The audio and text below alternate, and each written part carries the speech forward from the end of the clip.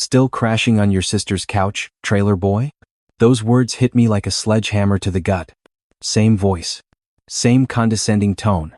Same smirk that once destroyed my entire future. I'm Ethan Cross, and 12 years ago, this man wasn't just a bully, he was my best friend. My business partner. Until the day he stole everything. I hadn't planned on coming to Mike's wedding.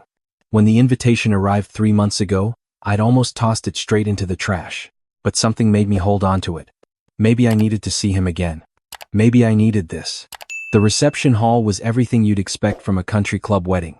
Crystal chandeliers, ice sculptures, people in designer suits laughing too loud about vacation homes and stock portfolios. And there he was, Jason Hartwell. Navy blue Tom Ford suit, Rolex catching the light, arm around a blonde who looked like she'd walked off a yacht commercial. His wife, apparently. My name tag was simple. Just Ethan, no last name, no context. He walked right past me twice without a second glance. Why would he? The last time Jason saw me, I was being escorted off campus by security, expelled for academic dishonesty I didn't commit. I was nursing a bourbon at the bar when he appeared beside me, already 3 drinks deep from the look of him. Still here, huh? He laughed, not quite looking at me. Thought you'd be serving drinks, not drinking them. His wife giggled. I said nothing. Just watched him in the mirror behind the bar. Then his eyes landed on my name tag. The laugh died. Wait, Ethan? Ethan Cross? I turned slowly, meeting his gaze for the first time in over a decade. Hey, Jason. His face went through several colors. His wife looked confused. The bartender suddenly became very interested in polishing glasses. I heard you were working at some diner in Phoenix, he stammered, trying to recover. Or was it Dallas? I smiled. Neither, actually. Jason's hand trembled slightly as he set down his whiskey glass. His wife, the blonde, was staring at me now with dawning recognition. She'd done her research, apparently. She started, then stopped. You're the owner of the Summit Collection. Jason's face went completely white. I pulled out my phone, showed them the screen. It was simple. A Forbes article from 6 months ago. 30. Under 30, Ethan Cross revolutionizes fine dining. The photo showed me cutting the ribbon at my 8th location in Manhattan. Actually, I said calmly, we just opened our 9th restaurant last week. Chicago? You might have read about it. Jason's jaw worked, but no sound came out. Funny story, I continued, taking another sip of bourbon. That business plan you stole from me our junior year?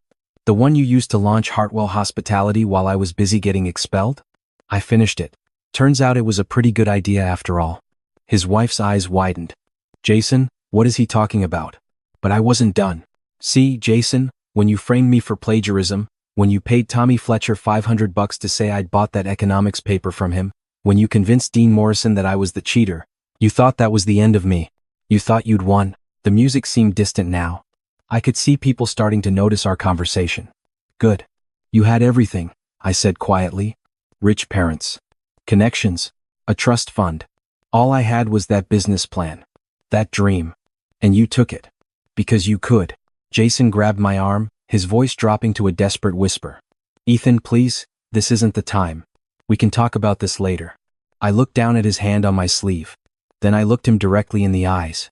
You have 30 seconds to let go of me before I make a phone call that will destroy everything you've built. He released me immediately. His wife backed away, suddenly very interested in her champagne. I reached into my jacket pocket, pulled out a slim black folder. Placed it on the bar between us. Jason stared at it like it was a live grenade. Open it, I said. His hands shook as he lifted the cover. Inside were bank statements. Wire transfers. Receipts from shell companies. His face crumbled as he flipped through page after page. Where did you get this? He whispered. I've had it for 6 months, I replied. Turns out, when you build a company on stolen ideas, you tend to cut corners elsewhere too. Money laundering through fake suppliers. Embezzling from investor accounts. Tax fraud across 3 states. I whistled low. You've been busy. Jason's wife grabbed the folder, her face going pale as she read. Oh my God. She breathed. Jason, is this real? I leaned back against the bar. Here's what's going to happen. Tomorrow morning, you're going to wire transfer $10 million to the scholarship fund I established at the university that expelled me. The Ethan Cross Foundation for Wrongfully Accused Students. 10 million? Jason choked. I don't have 10 million liquid. Then sell something, I suggested. You've got that lake house in Tahoe. The condo in Miami. Your collection of vintage cars? Figure it out. And if I don't? I smiled, but there was no warmth in it. Then Monday morning, copies of everything in that folder go to the SEC, the IRS, and every major investor in Hartwell Hospitality. I paused. Oh, and the New York Times. I've got a reporter on retainer who's very interested in stories about white-collar crime. Jason slumped against the bar. His wife was crying now, mascara running down her face. You can't do this, he whispered. This is extortion. No, I corrected him. This is justice. 12 years late, but better late than never. I stood up, straightened my tie. You destroyed my life because you were too lazy and too entitled to do the work yourself. You took my idea, my future, my reputation. And you know what the worst part was? He didn't answer. Just stared at the folder. You were my best friend, I said quietly. I would have shared that business with you. We could have built it together. But you wanted all the credit, all the glory. So you framed me, expelled me, and left me with nothing. I turned to walk away, then paused. Oh, and Jason? That wire transfer? It needs to clear by 5 p.m. tomorrow. For every hour it's late, I add another $1 million to the price. His wife grabbed his arm. Jason, we need to leave. Now. But Jason wasn't moving. He was staring at me with something that looked almost like regret. Ethan, I'm sorry. I was young and stupid and scared that your idea was better than anything I could come up with. I've regretted it every single day. I studied his face. For a moment, I almost believed him. Almost. You're not sorry for what you did, I said. You're sorry you got caught. I walked away from the bar, leaving them there. The folder would haunt them all night. Good. The wedding reception continued around me like nothing had happened. People dancing, laughing, toasting the happy couple. I found a quiet corner on the terrace overlooking the golf course. The sun was setting, painting the sky in shades of orange and purple. My phone buzzed. A text from my CFO. Chicago location hit, $50K on opening night. We're projecting $2 million first month. Congratulations, boss. I should have felt triumphant, vindicated. But instead, I just felt tired. The terrace door opened behind me. I turned, expecting Jason. But it was someone else. Someone I hadn't seen in even longer than Jason. Professor Linda Martinez. My former mentor from the university. The only person who'd believed I was innocent 12 years ago. Ethan Cross. She said, walking toward me with a smile. I heard you were here. I'm friends with the bride's mother, Professor Martinez. I stood, shook her hand. She'd aged well. Gray streaks in her dark hair, laugh lines around her eyes. I saw you talking to Jason Hartwell, she said carefully. Looked intense. I hesitated, then decided honesty was easiest. I just gave him an ultimatum. $10 million to a scholarship fund or I expose his financial crimes. She raised an eyebrow. And he actually committed financial crimes, or is this revenge? Both, I admitted. I have documentation. 6 months of investigation. She nodded slowly. Walked to the terrace railing, looked out at the sunset. You know, she said after a moment. After you were expelled, I tried everything to get Dean Morrison to reconsider. Showed him your work, your grades, your character references. He wouldn't budge.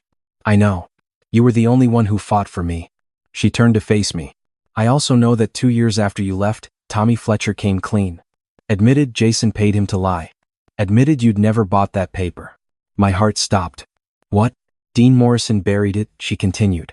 Jason's father had donated a new library wing. The university didn't want the scandal. Tommy got expelled instead. Quietly. No press release. No apology to you. I gripped the railing. Why didn't anyone tell me? We couldn't find you, she said softly. You'd disappeared. No forwarding address. No social media. It was like you'd vanished. I had vanished. I'd moved to Seattle, changed my phone number, worked 3 jobs while building my first restaurant from scratch. I didn't want to be found.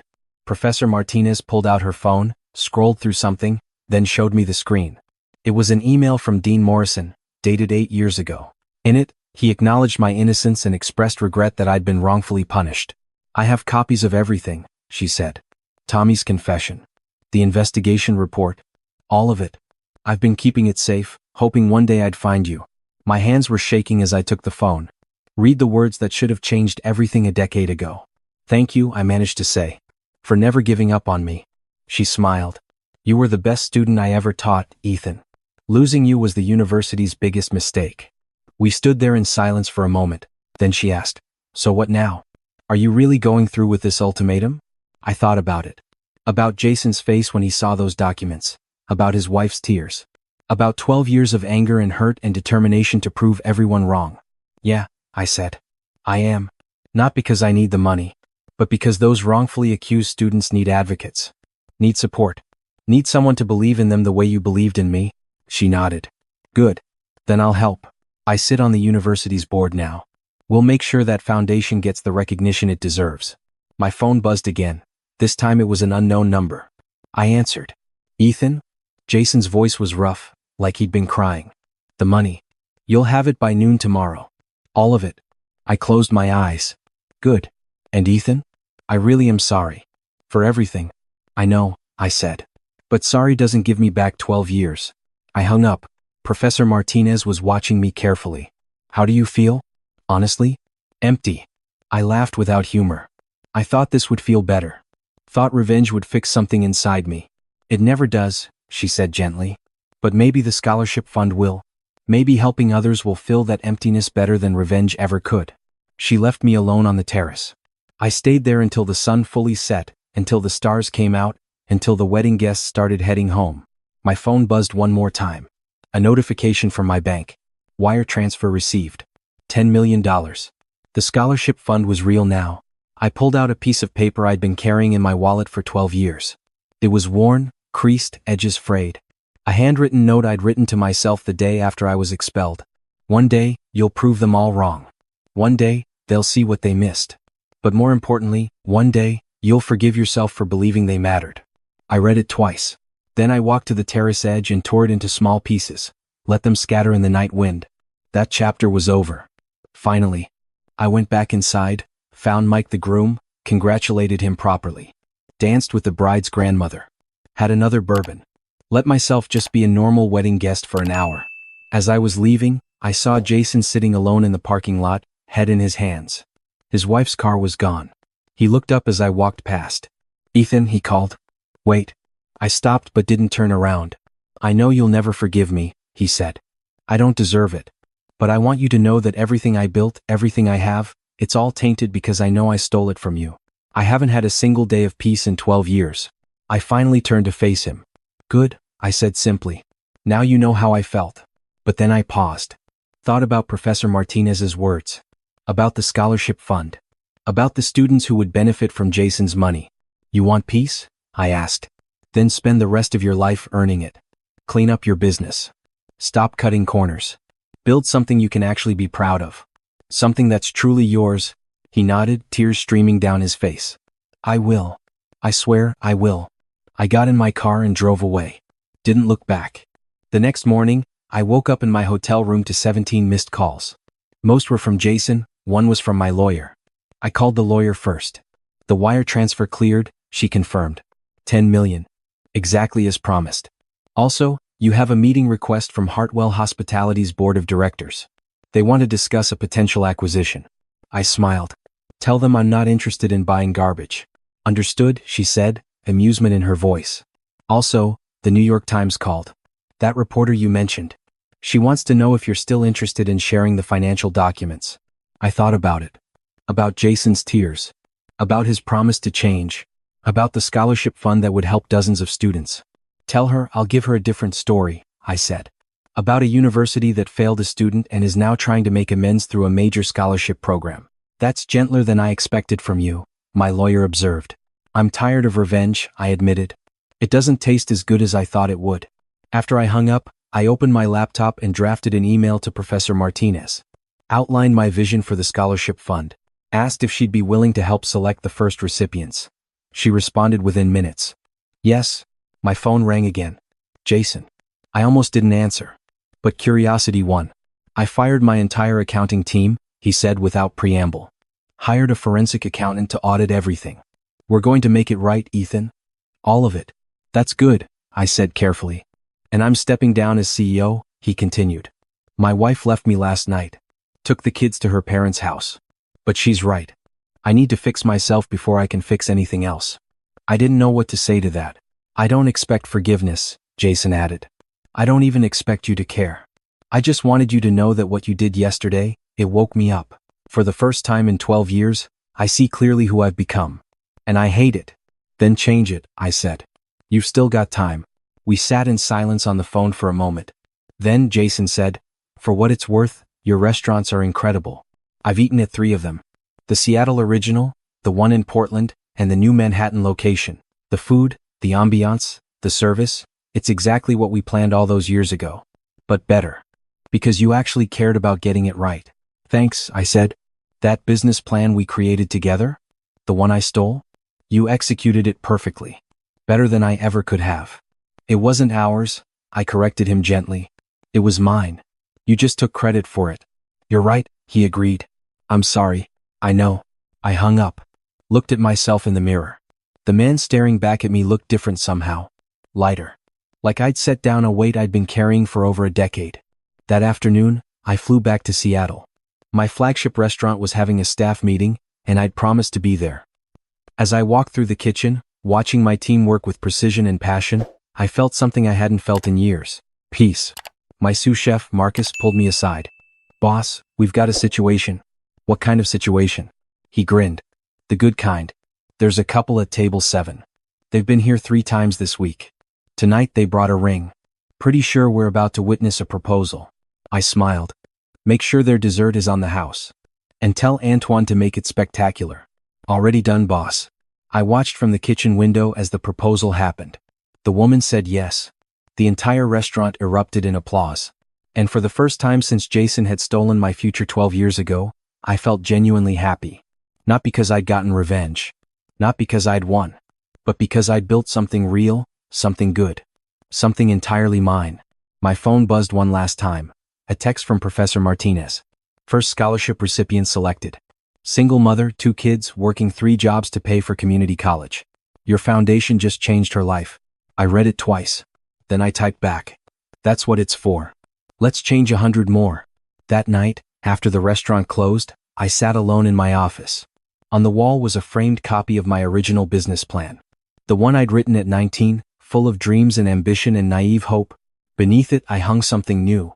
The email from Dean Morrison, finally acknowledging my innocence, not because I needed his validation anymore, but because I wanted to remember where I came from, what I'd survived, who I'd become. Tomorrow, I'd open my 10th restaurant. Next month, I'd announce the first 50 scholarship recipients. Next year, who knows? But tonight, I was just Ethan Cross. A kid from a trailer park who'd lost everything and built it all back. Not through revenge, not through bitterness, but through sheer stubborn refusal to let someone else's betrayal define his worth. I pulled out my phone and deleted Jason's number. I didn't need it anymore. Didn't need him anymore. That chapter was closed. The future was waiting. And for the first time in 12 years, I was ready to meet it. Not as a victim. Not as someone seeking revenge. But as someone who'd found something better than vindication. I'd found myself,